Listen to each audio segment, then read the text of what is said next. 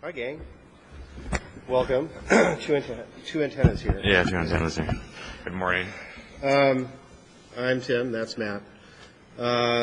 Just want to say thank you, by the way, to Nanog for hosting us, and I know that Matt wanted to say thanks because this has nothing to do with his current business, right? Yeah. Thanks to my employer that's watching the stream. Sorry, I'm not talking about work. Anyway, want to talk to you a little bit about long-distance wireless deployments, and particularly into remote areas like the Farallon Islands. We were asked when I first submitted this, they wanted to know a little bit about the troubles and how we planned it and things like that. So we're going to go into some details. Perhaps if Nanog wants to do something a little bit more detailed, like a Sunday morning session on how to do this kind of stuff, we can do that. But this is going to be really abbreviated. So pardon me for sort of rushing through some of the details on this. So anyway, the Farallons, let's see, how do we go forward? I guess we just click. Oh, no? Click that. Great. So, you want to talk about? Yeah. We're gonna try to split it up so we don't have to share too many microphones here. So, Tim and I have been building networks in pretty crazy places for a while. I've done some network deployments in Bhutan, Burning Man, and other crazy places. So we're sort of used to doing strange deployments.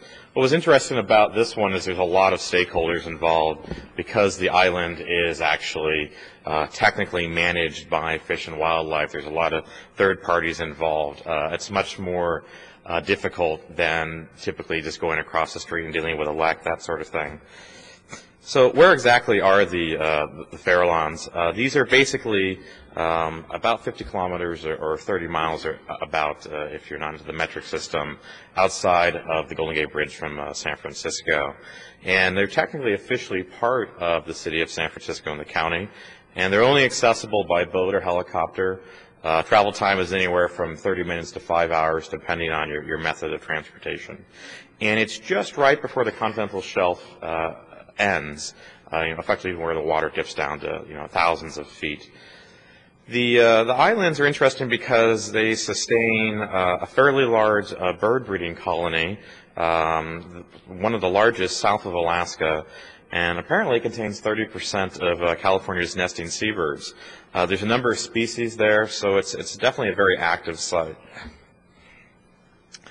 What's really interesting is actually getting to this site. It's extremely limited and a privilege to be invited there. It's kind of like a wilderness exercise in many senses.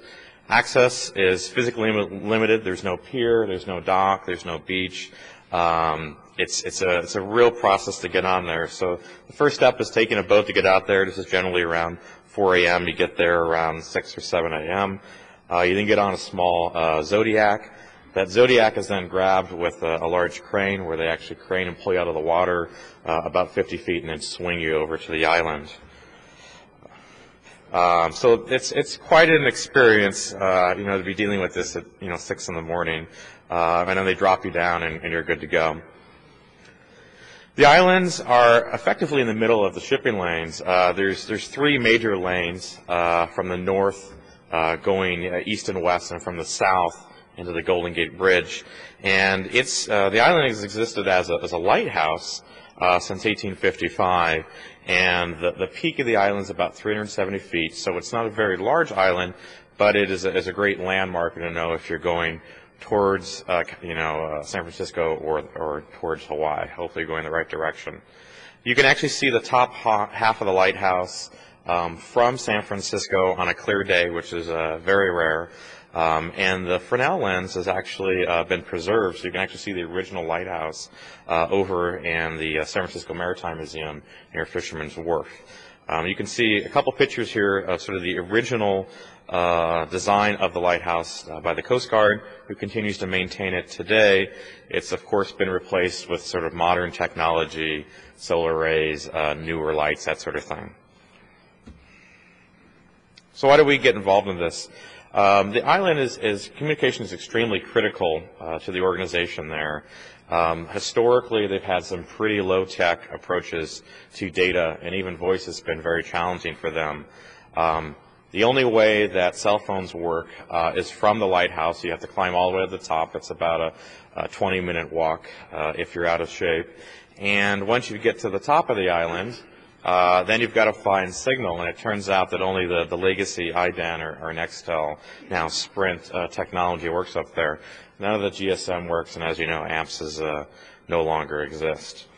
They've had some very legacy, actually pre-802.11b data. It's an error in the slides there. That's somewhat worked, but had some major problems.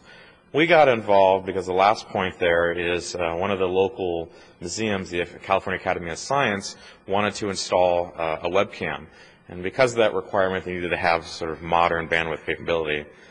The other big change that's gone through a huge transition on the island is their data collection and analysis. So the organization that runs the island, the PRBO, or Point Reyes Bird Observatory, they're moving a lot of their systems into the digital domain.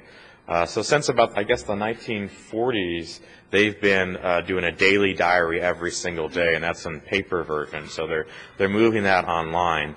And data analysis is taken extremely seriously there. So every scientist and every personnel on the island carries a small Moleskin or some sort of small notebook with them, and they write down every single animal, every single boat, every single interaction they have with wildlife. The design criteria effectively falls down into three main categories. I'm going to turn it over to Tim here in a second. The big one is really the price and the economics of the solution. As all the parties involved are not commercial organizations, we have a government organization, nonprofit organizations, a museum. None of them are really flush with cash. So it was important to have something that was affordable, that they could deploy in a timely manner, and that could deal with the weatherproof requirements there. They have sort of a running joke that there's sort of the Farallon effect out there, where anytime you bring any gear out there, even if it's rated to deal with outdoor salt and temperature and other environmentals, it tends to degrade and not last very long out there, particularly since you get a lot of salt water and you get a lot of interaction with dew, with rain, pretty much every single day. Poop, even more important. There's lots of bird poop there because that's their island, not really ours.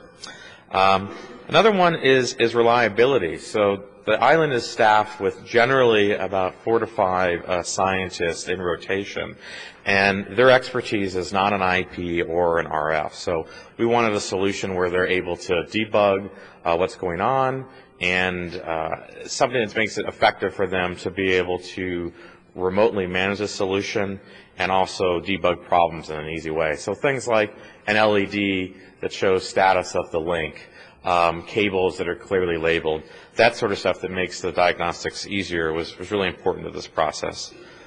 Second major point we looked at was the site survey. Was this even possible to upgrade the link? The nice thing is, from an obstruction standpoint, the only really problem we had was air. There weren't any buildings in the way. We could see them from multiple points in San Francisco. The next step in terms of a site survey is where on the mainland could we approach to connect to the island. That was fairly tricky because we needed to find a location that had lots of bandwidth. And we found a great partner, and that was the city and county of San Francisco. They have a number of sites that they use for their own communication needs, and one of them that happened to sort of fall upon us is up in Twin Peaks. So if you see the mountain effectively before Sutro Tower, there's 2 smaller towers. You can drive up there as a tourist or a guest. That's the Twin Peaks site that's run by the city, where we installed our wireless gear that shoots out to the Farallons. And then we're going to talk a little bit about the modeling and dive into the RF needs of this design. Yes. Okay. The other criteria that we also had to deal with is the fact that since they generate their own power there, they have like 4 15-kilowatt generators and such. They really don't want to run diesel all the time out there. They have about 6 kilowatts worth of solar cells. So we were kind of limited to about 100 watts of power that we can put on the island, which includes a flash media encoder server for the camera itself, the radios, and the switch and such, as well as a router. So we had to be very careful about that. Solutions that we had, which Matt's going to talk about in a second, things like using Socris, a little embedded processor for a router running OpenBSD, and the radios, which are Ubquiti radios, which take about 3 to 5 watts worth of power and such. We also had very limited mounting space on the island. We could not mount the antennas themselves onto the lighthouse, or the Coast Guard would say, fine, you own it now. And the PRBO and Fish and Wildlife did not want to deal with that. As Matt said, we had pretty good luck with City of San Francisco. They were very kind in letting us be able to connect to that, and they also gave us a gigabit worth of fiber or a VLAN effectively between that site and back to 200 Paul, where Internet Archive is supplying the bandwidth. Matt also mentioned there's no obstructions. That was not as much of a problem. We did have to do a little bit of sniffing up on the San Francisco end, RF-wise, to be able to make sure that we don't have other devices on the same frequencies we wanted to operate on. Typically, when you do a long-distance sort of modeling, you're going to have to do some sort of software design or some sort of modeling before you just want to go out and start throwing stuff up there, because likely you're going to invest, quite a bit of gear and then find out this isn't going to work. There's various levels of software that you can get. It's usually in the hundreds of thousands all the way down to free. I usually say you get what you pay for, but there's some interesting product out there that you may want to check out. The more expensive side, there's a company called EDX, which is doing a really nice product. So if you really have to get serious and there's going to be a lot of money invested into this thing, you may want to look at that. There's another product called Path Loss, which does path profiles, which I'll talk about in a second. A little less expensive. Then there's a product out there called Radio Mobile that's made in Canada, that's free, that a lot of community wireless folks are using out there. So if you just Google Radio Mobile, you'll find it there. It's amazing what it actually does, and what it does some really nice TIREM and propagation modeling and such. Again, more cash, more accurate. So again, we get into some better modeling, you get some better uptime prediction and such for the more expensive packages. The things you have to model are typically what's called link budget, path profile, atmospherics modeling, and interference and such. Link budget, which we'll go into here in a second, which has to do is, are you going to have enough signal on the other end to be able to make it? The path profile is to look at obstructions, length of the path and such. Atmospheric modeling is try to predict the uptime depending on, like, for instance, rain fade and such. And then interference to others in the path is going to be something like, is the antenna that I'm going to pick, make sure that it's going to not necessarily pick up signals from adjacent transmitters and such. So you can use, again, software for that kind of stuff. Link budget, the fact that how you add up a link budget is you're going to have gain and you're going to have loss. Gain is going to be things like you're going to have transmitters and receive amplifiers. You're going to have antenna gain. Loss is things like the path loss, the actual signal loss between the receive and the transmit antennas, which is called free space loss. I'm skipping around here, I apologize. Transmission line loss, you're going to have, for instance, LMR 400, which seems to be the standard for a lot of community wireless folks, has about 1.5 dB of loss per meter at 5.8 gigahertz. So that's something you have to consider as well when you add this all up. This is kind of a quick schematic of where the gain and the loss is on these sort of things. I'm going to rush through here because I know we have about 10 minutes left. Here's sort of an example of what signal level looks like when you go through the link from the transmitter side. You're going to lose a little bit of the connectors and such. You're going to gain a lot from the antenna. You're going to lose a lot in the free space. Gain a little bit back from the receive antenna. Lose a little bit on the coax, and then hopefully that receive signal is enough that you can be able to decode that signal. Let's see here. This is how you add it up. There's a little program that I kind of wrote. It's a little Excel spreadsheet, or you can actually, I have a Perl script as well that you can go to my site at lns.com. And it's just basically shows how you can sort of calculate this. And this is very rudimentary. It's a good idea just sort of give you a coarse idea if you're going to have enough signal on the other end. We actually found that in cranking in the numbers, and this frequency, how much transmitter output I'm going to have, the estimated antenna gain and loss and things like that, that the numbers that I got at the end actually showed up to be what we actually got in real life. So what you're shooting for is that green number at the bottom there, which is called phase margin, and that's the amount of signal above what the receiver needs to be able to decode it. And the reason you need a little bit of fade margin, and in longer distance you actually need a lot of fade margin, is because the atmospherics are going to bounce that signal quite a bit, up and down, depending on, you know, weather conditions and such. So let's see. Path loss is something you're going to have to sort of like calculate and model as well. Path loss usually have three major sort of factors to this. One is refraction, and that's things like thermal ducting, marine evaporation boundary layer, and these are terms that basically mean that the signal will get bent as it goes through the air. And depending on the sort of the thickness of the air, temperature, boundary layers, things like that, the signal may not get to the other end because it's actually going to go auger into the water or actually even shoot over the island, depending on how much the signal gets bent. Again, the longer the path and the more adverse the conditions, like going over oceans and things like that, the more likely these things are going to affect you. The way that you sort of solve these is either putting out multiple antennas to try to capture the signal on a vertical level, or even power through it by putting like lots of power on either end. Atmospheric attenuation is usually like rain or snow. At these frequencies, at the license frequency is 2.4 or 5.8, it doesn't have that much effect, but things like trees and such, a lot of people will design a path so that they'll put up a path in the wintertime when the trees don't have any leaves in it, and then all of a sudden the path doesn't work when the trees actually have leaves, because they're actually containing water in those leaves, and they'll actually attenuate. The other issue is that you're going to run into is Fresnel zone attenuation. I'm going to show some graphics on that and show you what that's all about.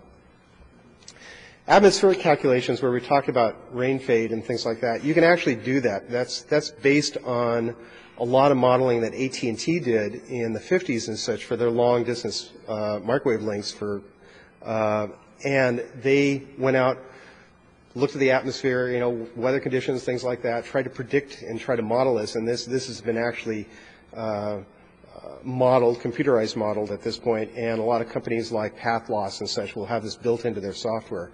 You won't find this in Radio Mobile, but you will find this in the more expensive software. So we did the modeling on this, and we figured there was actually going to be about a 99.8% uptime with the path that we have at this point. In fact, it's actually a little less, and I'm going to go into reasons why for that. It has to do with marine boundary layer, but we'll talk about that in a second. Fresnel zone is rather critical.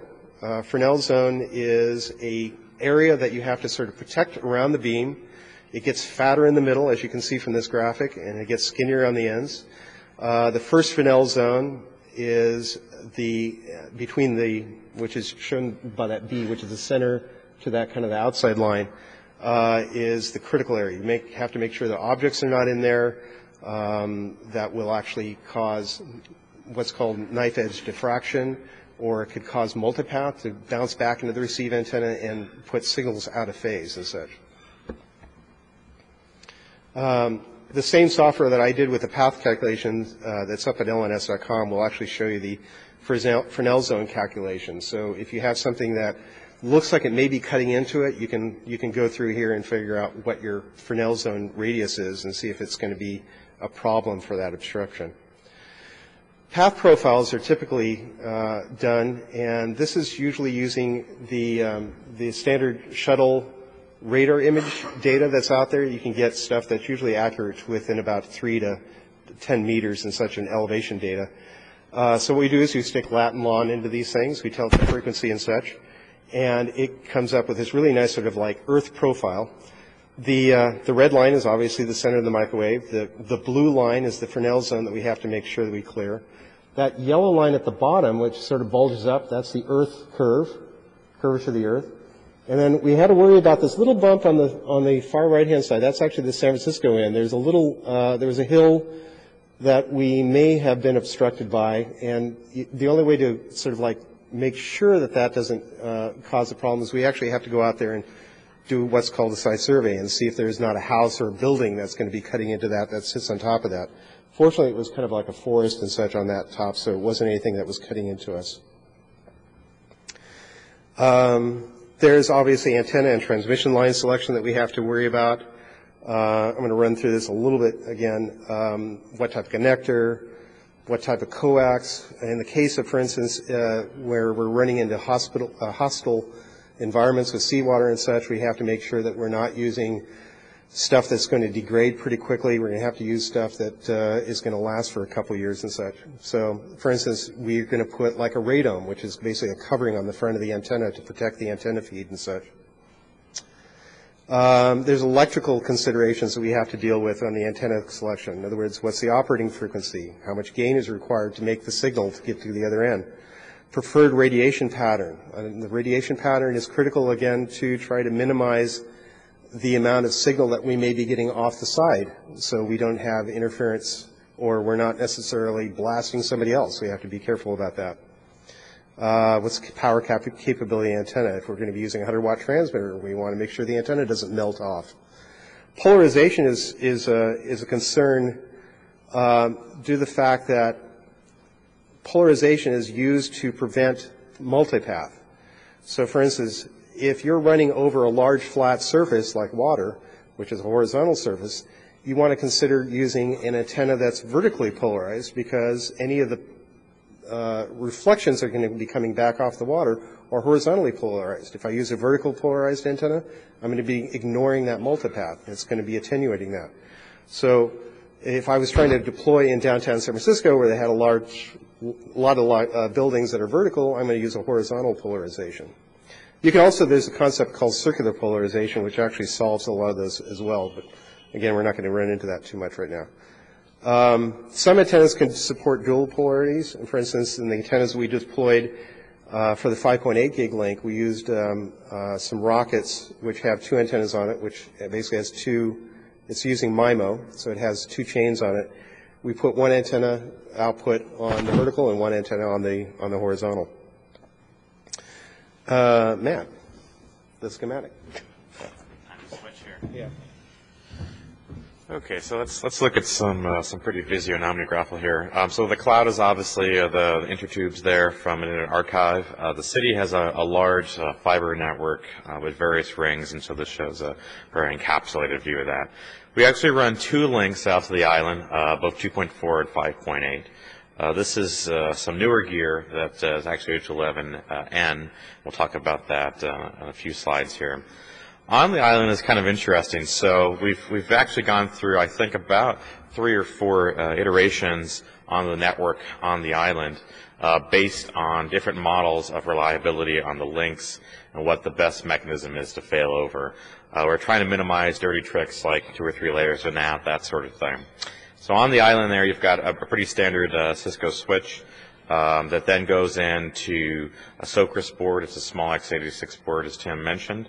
And then to get the actual connection from the lighthouse on the top of the island down into the buildings that are staffed there, we have a number of fiber connections. So there's the antenna going back towards San Francisco.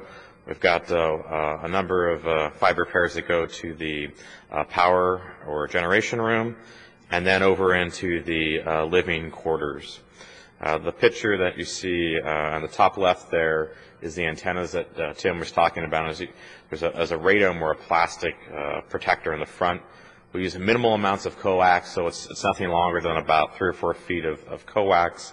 And that goes into these small embedded boards, and it's powered by Power Ethernet. The idea here is to minimize the amount of coax as much as possible for a variety of reasons. One of the big ones is the loss of signal, as Tim was talking about, and also coax is very difficult to handle. It's not something like RJ45 where you can crimp in 30 seconds. Blindfolded, LMR and Radiax and some of the Andrew cables, extremely difficult to prepare And so we wanted to have cables that were short where they wouldn't get taut, and rather they would get taut and they wouldn't get moved by personnel in the lighthouse. So here's a picture of some of the equipment. This is probably the third or fourth box we put up there. Unfortunately, due to the logistics of the island, we generally get less than 12 hours notice when there's going to be a boat ride out there. So this is my third backup weatherproof case. This is a small fiberglass case made by a company called Stalin. It's generally used for enclosures and factory lines, that sort of thing. And this was my example case that I used for presentation, so that's why you can see the clear window. It's not really designed to go out there, but we did it anyways. You can see there's two radios in there. The small bullet one is the 2.4 gigahertz radio, and then the small rectangle one in the back is the rocket radio, which is a 5.8 gigahertz. We then use outdoor Ethernet and a number of weatherproof connectors between the box to the outside world.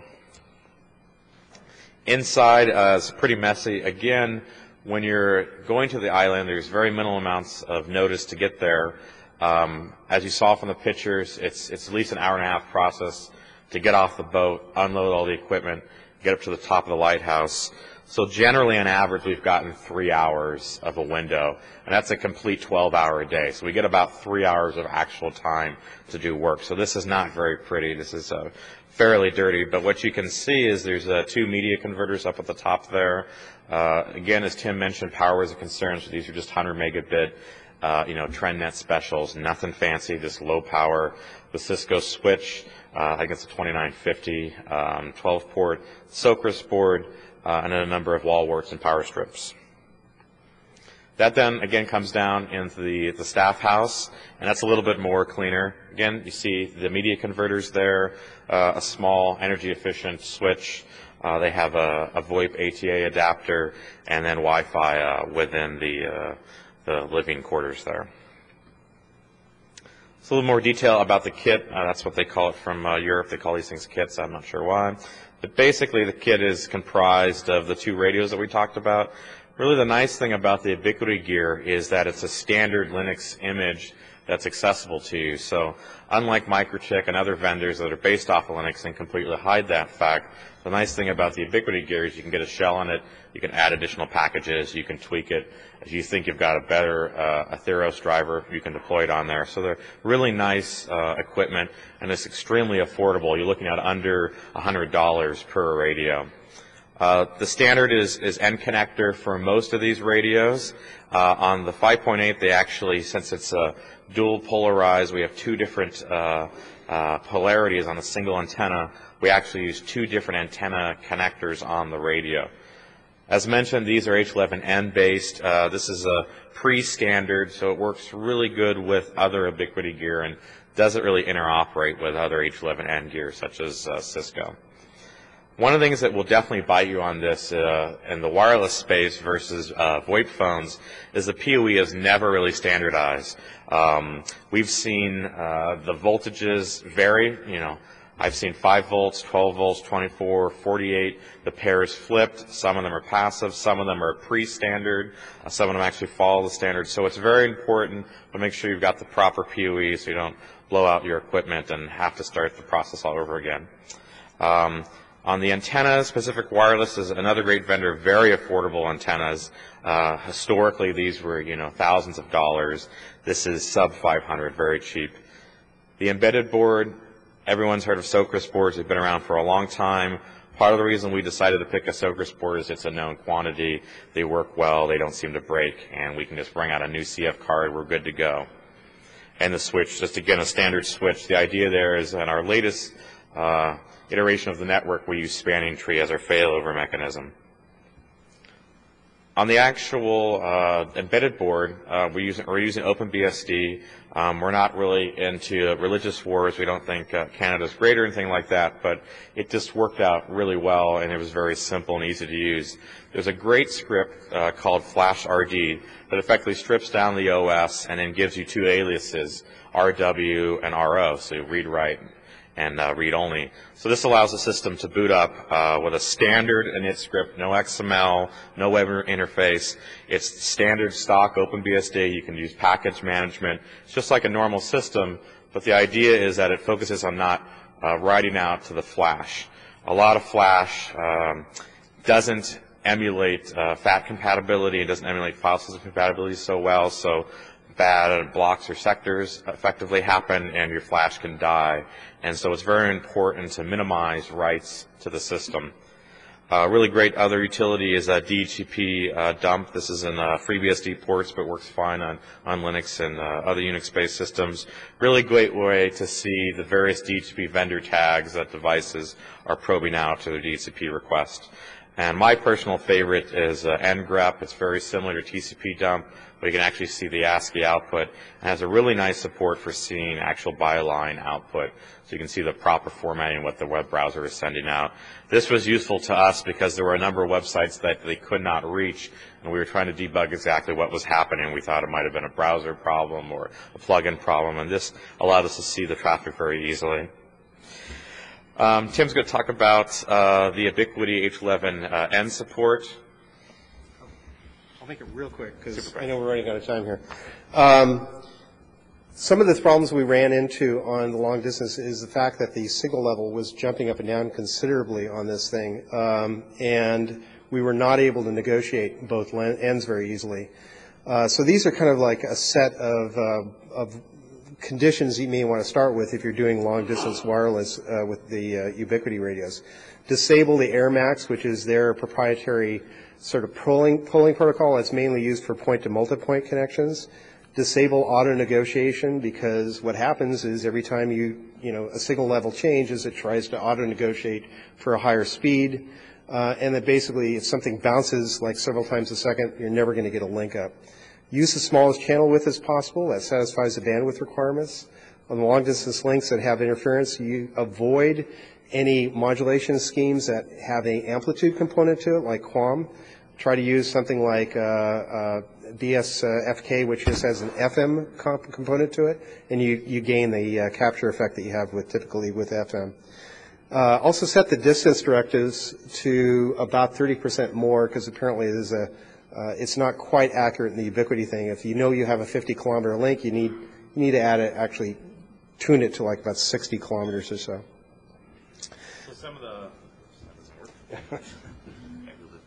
So some of the lessons that we really learned on the IP side is PF has a method called scrub, which effectively does things like TCP packet reassembly and the usual sorts of security that you would want to apply on your network. This actually can create sort of an asymmetric routing situation, and so we actually had a number of problems where they weren't able to load Facebook, but they could load Twitter or something like that. And so this was debugged and looked very much like a path MTU problem. So it's important that you know all the different rules that are in your firewall set, which is pretty obvious. Big one is actually have techies buy the cabling. We got this outdoor Ethernet cable, and it would not fit in any of the jacks. I actually took, I think, 7 different brands of RJ45 jacks to find one that would actually fit this cable. It's also very sticky, so you're out there in the weather trying to crimp this cable that's really sticky, and it's a huge mess. It's very dirty out there, so your clothes are going to be thrown away. Tools disappear, and as I mentioned earlier, there's just never enough time when you're in these remote locations. Some of the future reductions that we'd like to look at is potentially avoiding the unlicensed bands. That's tricky in this situation because they just don't have the funding to buy a lot of the so-called carrier class radios. The next big step is upgrading the webcam so that it's actually a more modern resolution. Right now it's effectively 720 or standard def resolution. More bandwidth would be great, so we're looking at running links from different facilities on the mainland, potentially other sites in San Francisco, even north in Marin. Another great thing we'd love to do is put an on-island sort of visual display for the scientists to be able to debug when there's network problems. That's it. Questions? Thanks. I don't know if you could see the bird. We supplied tin hats to the birds there, so you can see that in the image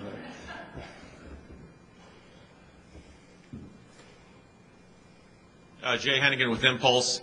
You mentioned that you used both horizontal and vertical polarization on your 5.8 link simultaneously. Is that for diversity, or is it for additional bandwidth, or what's the rationale behind having both the vertical and horizontal polarization on that radio? Since there's two chains on the 5.8 radios, we wanted to exploit that. So the only way to do that with doing with one antenna is having the split between horizontal and vertical polarizations. This gives us a little bit more reliability, gives us about another 3 dB worth of signal or fade margin on it, and actually more speed too as well. Same frequency? Yeah, it's the exact same frequency. Yeah. Anton Capella, 5.9's data. Cool slides, like wireless, like that stuff. I do have a question. What was the final power draw? What was the total budget? You said you had 100 watts to work with, but what did you get it down to, or what did it end up at? I think it's probably around 50 watts. Probably the Cisco switch takes up most of it. The radios are probably like 2 to 3 watts, something like that. The Soakers board is like 5 watts, something like that. We know we didn't go over budget because we didn't trip any breakers.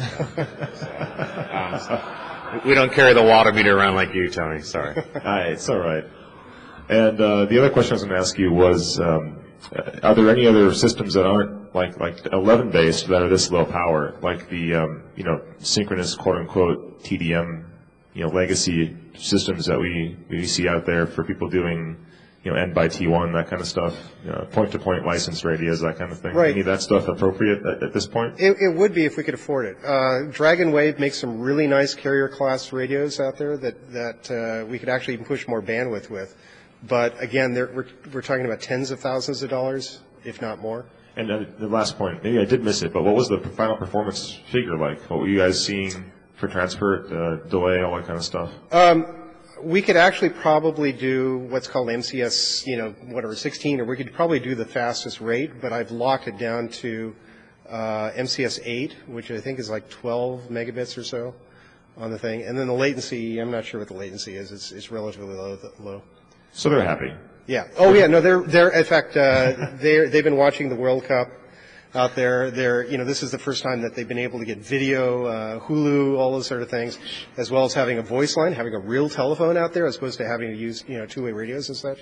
So they're right up there with the 20th century. And where are they going to start appearing on the island? Oh, yeah, we're putting an IX out there. Yeah. And as you could expect, Tony, one of the things that's really interesting about the RF situation going from the mainland to the island, it's very fast on the download content. There's no congestion going that way because there's no one to compete with. There's not a lot of Linksys out in the Pacific. But going back the other way around is certainly challenging. So for them, it's a great experience. But getting data out has been challenging for us. So we only get a couple megabits out, but plenty coming down. I've seen up to 15 to 20 megabits coming down. Great. So is the bird cam active? Can we go I think you're being asked to sit down, Tony. All right. See you. Thank you. Okay. Unfortunately, we had too many slides on this thing. I apologize. We'll have to take this offline. Okay, I was just wondering, you said the uptime wasn't quite 99.8%. You're going to get back. Oh, I alluded to that. I didn't touch on it. We're running into what's called, so this is a critical thing, and we'll make this the last one.